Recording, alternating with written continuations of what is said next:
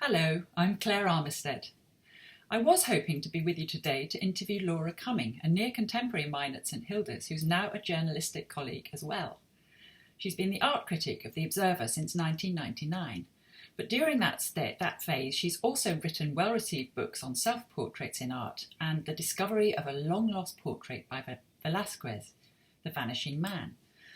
Her most recent book, On Chapel Sands, brings her skill as an interpreter of images to bear on an extraordinary episode in the history of her own family, when her mother was kidnapped from a beach at just 3 years old.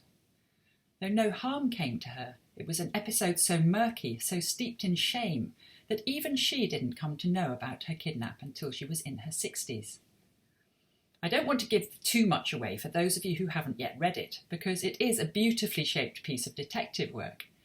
But I do want to give a sense of the way Laura builds up her forensic case by bringing the eye of an art critic to an analysis of family photographs.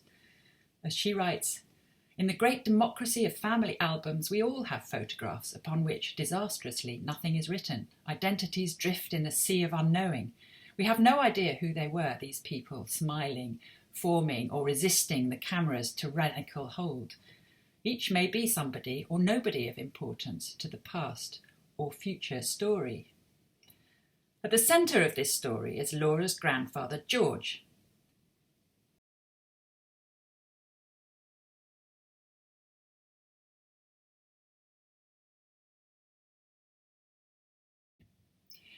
Here is George with Betty on Chapel Sands. What a dapper chap he is. The photograph is at the heart of the mystery because, as Laura writes, he is more usually the man behind the camera. When I say more usually, I mean always. All the beach photographers, she writes, were taken by George. He would not yield his box brownie to anyone else, which is why he never appears on the shore with his daughter. But on the other hand, neither does Veda, that's Laura's grandmother. I did not notice, she continues, I did not notice these absences as a child, she continues, leafing through the illuminated treasury of my mother's early life, images to go with the stories she told. But of course they strike me every time I look as an adult. George Elston is there, recording the moment, but his wife is not. My mother has not a single memory of going to the beach again with Veda. That gives you some idea of what a sinister presence George casts over this book. However, another picture in the album shows a completely different George and sheds a different light on his relationship with the long-suffering Veda.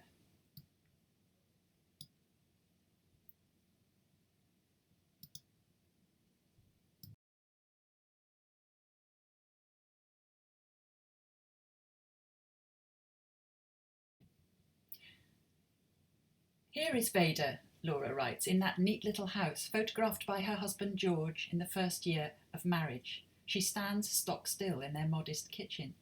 The exact size of this room is standard for its time and place, 10 feet by 8. Their home is at the end of the terrace. At the front of the building is the parlour, customarily shut up, partly because it would mean another fire to light and another room to dust, partly to preserve its status and decorum. The parlour gives straight onto the street through the front door. Behind it is this back room which serves as a scullery, kitchen and living room all in one. A single water pipe runs down the wall to what looks like a tap in the darkened corner. A kitchen cloth and another apron are tucked into it. Behind Veda is the stove, such as it is. Before her is the side window that looks onto the narrow passage separating the house from the churchyard. Think of Vermeer's Woman reading a letter in 17th century Delft, or at the painting of the milkmaid at a table illuminated by a side window, the filtered light bathing the figure in gentle purity, a condensed sonnet of absorption, solitude and slow time. Veda stands in the same session of silent thought 300 years later, but my grandfather had never seen a Vermeer. He had never heard of this Dutch artist who languished in obscurity for centuries after his death. Vermeer was still a minor obsession as late as 1912, when Proust has his character Swann plead an essay he is supposed to be writing on the revelation of Vermeer to get out of tea with Odette. And later in the sequence of novels when the fiction writer Bergot suffers his fatal heart attack while contemplating the famous patch of yellow wall in view of Delft. Proust still could not assume that any of his readers knew the painter's work. George had no access to art magazines and no illustrated monographs on Vermeer, and had yet been published. None of his paintings were in British museums. George is a travelling salesman who would have liked to have been an artist. I think of the technical drawings that won him an award of distinction as a soldier. The lives of even quite recent generations might almost disappear from our understanding if we did not think of their aspirations. He yearned for something other than what he was, at a time before free education, when people had to make themselves up from what was available. The dance school, the local factory where his father had worked, and where George first started out as an apprentice.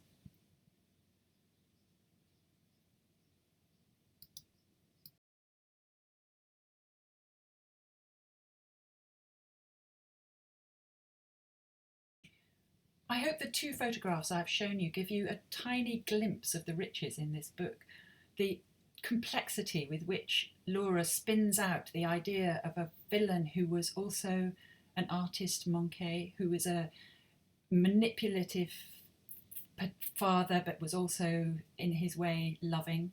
I cannot recommend to you more highly Laura's book on chapel sands, My Mother and Other Missing Persons. I know we're going to hear a lot more about it, and very hopefully we will be hearing about it at the very next Oxford Festival. Until then, keep good health, and many thanks for listening to this.